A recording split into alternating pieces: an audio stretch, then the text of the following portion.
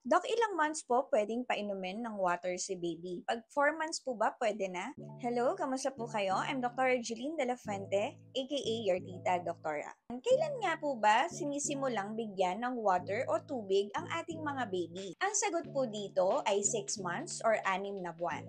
Ito po ay nagko-coincide sa panahon na maaari na rin pong mag-start ang complementary feeding or solid feeding ni baby. Bakit nga ba harmful ang pagbigay ng water as early as before 6 months? Una ay ang risk of water intoxication sa baby. Ang sobrang tubig kay baby ay maaaring makapag-dilute ng sodium sa kanyang system or sa kanyang dugo. Ang imbalance sa sodium or sa asin ng ating dugo ay maaaring mag-cause ng seizure or other serious problems. Maaari ding ang sobrang tubig ay mag-cause ng mabilis na pagpuno sa kanilang stomach. Remember, maliit lang po ang stomach ng ating mga baby. And maaari nitong ma-replace ang dapat na nutrisyon na naibibigay ng gatas lamang. That's why breast milk or formula milk ay recommended pa rin sa unang 6 na buwan ng inyong mga anak. Kung maaalala din natin na more than 90% of milk is composed of water. Kaya nararapat lamang na hindi nabigyan ng additional water ang mga babies for the first 6 months of their life.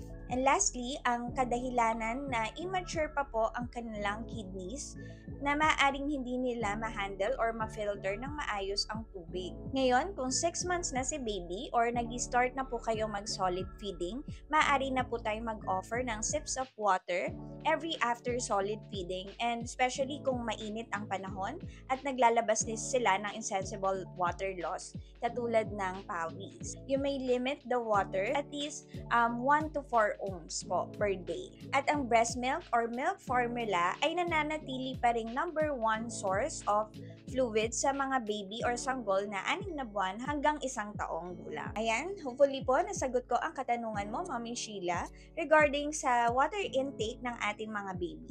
Follow me for more pedia-related videos, and please do like and share this video and follow my other social media accounts. Thank you!